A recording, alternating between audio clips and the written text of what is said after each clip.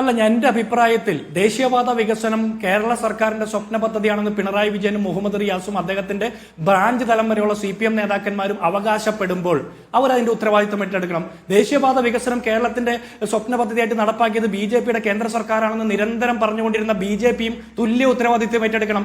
കുരിയാട് 6 വരിപ്പാത ഇടിഞ്ഞ് കണ്ടത്തിൽ പോയതിന്റെ ഉത്തരവാദിത്വം അവർ തന്നെ ഏറ്റെടുക്കണം. കാരണം ഈ വികസന പ്രവർത്തനങ്ങൾ നടക്കുമ്പോൾ ഉമ്മൻചാണ്ടി സാക്ഷാത്കരിച്ച് തറക്കല്ലിട്ട് നിർമ്മാണം തുടങ്ങിയ പദ്ധതിയുടെ ഉദ്ഘാടന ദിവസം ഉമ്മൻചാണ്ടിയുടെ പേര് പോലും സ്മരിക്കാതെ ആ വിഴിഞ്ഞം പദ്ധതി ഞങ്ങളുടെയാണെന്ന് ഉളുപ്പില്ലാതെ അവകാശപ്പെട്ട പിണറായി വിജയൻ തന്നെ ദേശീയപാത വികസനത്തിന്റെ ഭാഗമായി നടക്കുന്ന ഇത്തരത്തിലുള്ള അപകടങ്ങളുടെയും ഉത്തരവാദിത്തം ഏറ്റെടുക്കണം. അത് വേണ്ടേ? ഇവിടെ എനിക്കൊരു കാര്യം പറയാനുള്ളത്, മുഖ്യമന്ത്രി പറഞ്ഞ വാക്കെന്താ? ഇതിന്റെ അശാസ്ത്രീയമായ പ്രവർത്തനത്തെക്കുറിച്ച് പഠിക്കും, ഭൂസ്ഥിതിയെക്കുറിച്ച് പഠിക്കുമെന്ന. ഇവർ 2.5 ലക്ഷം കോടി രൂപയുടെ കേരയിൽ ഉണ്ടാക്കാൻ വേണ്ടിയിട്ട് സാധാരണക്കാരന്റെ അടുക്കളയിൽ മഞ്ഞക്കുറ്റിയിട്ട പാർട്ടിയാണ്. അന്ന് ഞങ്ങൾ അതിനെ എതിർത്തത് എന്തുകൊണ്ടാ? കേരളത്തിന്റെ പാരിസ്ഥിതിക ആഘാതം പഠിക്കാതെ, ഈ കേരയിൽ വരുമ്പോൾ ഉണ്ടാകുന്ന പാരിസ്ഥിതിക ആഘാതം പഠിക്കാതെ, അല്ലെങ്കിൽ മറ്റു തരത്തിലുള്ള പ്രശ്നങ്ങളെ പഠിക്കാതെ, വെള്ളക്കെട്ടുണ്ടാകുന്നതിനെ കുറിച്ച് പഠിക്കാതെ, നമ്മുടെ ഭൂപ്രകൃതിക്ക് ചേർന്നാണോ എന്ന് പഠിക്കാതെ തിടുക്കപ്പെട്ട് മഞ്ഞക്കുറ്റിയിട്ട് നടപ്പാക്കാൻ പോകുന്ന കേരളിനെ കോൺഗ്രസ് എതിർത്തപ്പോൾ ഇവർ പറഞ്ഞത് വികസന വിരോധികളെന്ന. കേരളത്തിന്റെ ചരിത്രത്തിൽ ഏറ്റവും കൂടുതൽ വൻകിട വികസന പദ്ധതികൾ നടപ്പാക്കിയ പാർട്ടിയാണ് കോൺഗ്രസ്, UDF. പക്ഷേ കേരളിനെ ഞങ്ങൾ എതിർത്തത് എന്തുകൊണ്ടാണെന്ന് ഇപ്പോൾ മനസ്സിലായില്ലേ?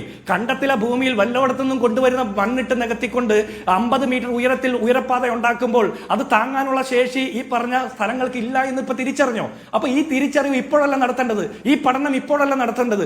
6 വരിപ്പാത ഇടിഞ്ഞ് കണ്ടത്തിൽ പോകുമ്പോഴല്ല മണ്ണിന്റെ ഭൂസ്ഥിതിയെ കുറിച്ചിട്ട് അതിന്റെ ഉറപ്പിനെ കുറിച്ച് പഠിക്കേണ്ടത്. ആ പാത ഉണ്ടാക്കുന്നതിന് മുമ്പ് ആ പ്രദേശവാസികളുടെ പരാതി എപ്പോഴെങ്കിലും കേട്ടിരുന്നോ? പ്രതിഷേധം ഉന്നയിച്ച ആളുകളുടെ പരാതി എപ്പോഴെങ്കിലും കേട്ടിരുന്നോ? പ്രതിഷേധിച്ച പരാതി പറഞ്ഞ UDFന്റെയും പ്രതിപക്ഷത്തിന്റെയും ആക്ഷേപം എപ്പോഴെങ്കിലും ദേശീയപാത നിർമ്മാണത്തിന്റെ ഭാഗമായിട്ട് സംസ്ഥാന സർക്കാരോ ദേശീയപാത അതോറിറ്റിയോ എപ്പോഴെങ്കിലും കേട്ടിരുന്നോ? വേണു ഒരിക്കൽ പോലും കേട്ടില്ല.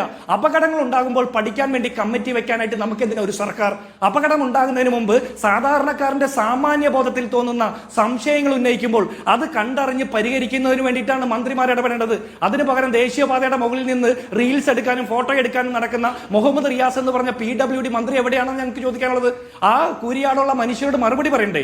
ആ അപകടത്തിൽപ്പെട്ട കാറുകളിൽപ്പെട്ട മനുഷ്യർക്ക് ജീവഹാനി ഉണ്ടാകാതിരുന്നത് കൊണ്ട്, അപായം സംഭവിക്കാത്തത് കൊണ്ട് നമ്മൾ ഇന്ന് തലയുയർത്തി നിൽക്കുന്നു. അല്ലെങ്കിൽ അവരുടെ ജീവൻ ആരും ഉത്തരവാദിത്തം പറയും?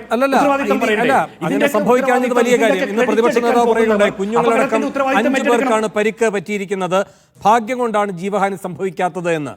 ജീവഹാനി സംഭവിച്ച സ്ഥലമാണ് കോഴിക്കോട് മെഡിക്കൽ കോളേജ്. ആ ഘട്ടത്തിലും ഇത്തരമൊരു പ്രതികരണമാണ് മുഖ്യമന്ത്രിയുടെ ഭാഗത്തുനിന്ന് ഉണ്ടായിട്ടുള്ളത്. സംഭവിക്കാൻ പാടില്ലാത്തത് സംഭവിച്ചു എന്ന്. പിന്നെ അത് പഠിക്കുമെന്ന് പറഞ്ഞിരിക്കുകയാണ്. ഇന്ന് അതേപറ്റിയുള്ള ചോദ്യം വന്നപ്പോഴും പഠനം തീർന്നിട്ടില്ല, അതിൻ്റെ വിശദാംശങ്ങൾ പരിശോധിക്കാമെന്ന് പറയുകയാണ്. അപ്പോൾ ഇക്കാര്യത്തിലൊക്കെ ഇനിയിപ്പോൾ ഈ പറയുന്ന കൂരിയാടൊന്നും സംഭവിക്കാഞ്ഞത് വലിയ കാര്യമെന്ന് പറയുമ്പോൾ തന്നെ ഈ മുഖ്യമന്ത്രിയുടെ പ്രതികരണ രീതി വെച്ചുകൊണ്ട് ഇനി എന്തെങ്കിലും സംഭവിച്ചിരുന്നെങ്കിലും ഇതിനപ്പുറത്തൊരു മറുപടി അദ്ദേഹത്തിൽ നിന്നും പ്രതീക്ഷിക്കേണ്ടതല്ല.